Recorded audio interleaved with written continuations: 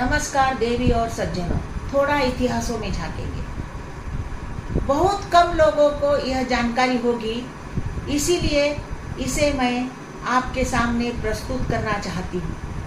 आने वाली पीढ़ी को भी जरूर बताइएगा। ये विषय है छत्रपति क्यों एक महान आख्यायिका बने। सुनिए, छत्रपति क्यों एक महान आख्यायिका बने। छत्रपति शिवाजी महाराज के पास 7 घोड़े बताए जाते हैं। कितने? 7 घोड़े बताए जाते हैं। मोती, विश्वास, तुरुंगी, इंद्रायणी, गाजर, रणभीर, कृष्णा। अंतिम समय में सफेद घोड़ा जिस पर महाराज राज्याभिषेक के बाद सवार हुए। कहा जाता है कि शिवाजी महाराज घोड़े का उपयोग केवल निर्णायक अवसर पर करते थे। छत्रपति शिवाजी का आहार बहुत ही साधारण था। पूरा जीवन निर्व्यसनी रहे। युद्ध अभियानों के समय तंबू में विश्राम करते थे। दैनिक वस्त्र सादे थे, पर दरबारी पोशाक राजसी होता था। काली दाढ़ी, मूछे, लंबे बाल, बड़े तेजस्वी नेत्र, तीखी दृष्टि, अत्यधिक सतर्क स्वभाव और बोलते समय हल्की मुस्कान, ऐसा उनका व्यक्तिमत्व बताया जाता है। उन्होंने मराठी समाज को स्वाभिमान से जीना सिखाया। विश्व के अनेक देशों में 19 फरवरी को उनकी जयंती मनाई जाती है। कहा जाता है कि 1300 से अधिक शब्दों का पहला मराठी शब्दकोश भी उनके काल में तैयार किया गया था। छत्रपति शिवाजी महाराज एक भूगर्भ शास्त्री।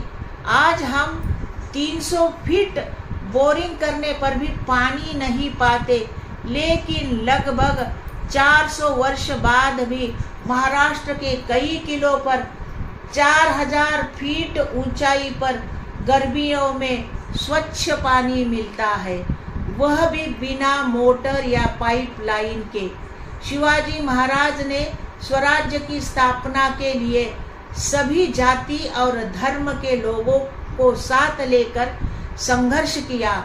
जो स्वराज्य के विरुद्ध गया, चाहे कोई भी हो, उसे कठोर दंड दिया गया।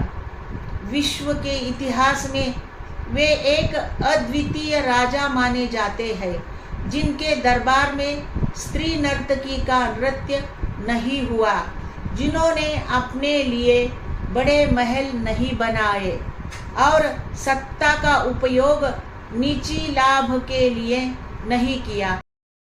वे हमेशा रयतेचे स्वराज्य यानी कि जनता का स्वराज्य कहते थे। हर किले पर 2 जलाशय बनाए जाते थे, खुले और भूमिगत। किलों पर पानी के टैंक बनवाने के लिए चट्टानों को तोड़कर उसमें बारूद का उपयोग नहीं किया जाता था, बल्कि प्राकृतिक तरीकों से पत्थर काटे जाते थे। इसी कारण कई जलाशय चौकोर या आयताकार आकार में दिखाई देते हैं। इन्हीं टैंकों का पानी पूरे किले में उपयोग होता था। पानी स्वच्छ रखने के लिए प्राकृतिक तकनीकों का उपयोग किया जाता था। रायगढ़ फोर्ट, राजधानी किला। राज्याभिषेक दिवस 6 जून। महाराज के समय रायगढ़ पर लगभग 10,000 लोगों की आबादी थी। 65 किले के घेरे में रायगढ़ प्रमुख किला था। 2000 फीट पर पहली सुरक्षा दीवार, 4000 फीट पर दूसरी सुरक्षा दीवार। किले का मार्ग बहुत संकरा था। किले पर लगभग 300 इमारतें थी। 10,000 लोगों के लिए वर्ष भर पानी हेतु 9 टैंक थे। कुल क्षेत्र लगभग 1200 एकड़ माना जाता है। रायगढ़ पर 42 दुकानें थी। 21 देशी सामान और 21 विदेशी सामानों के लिए।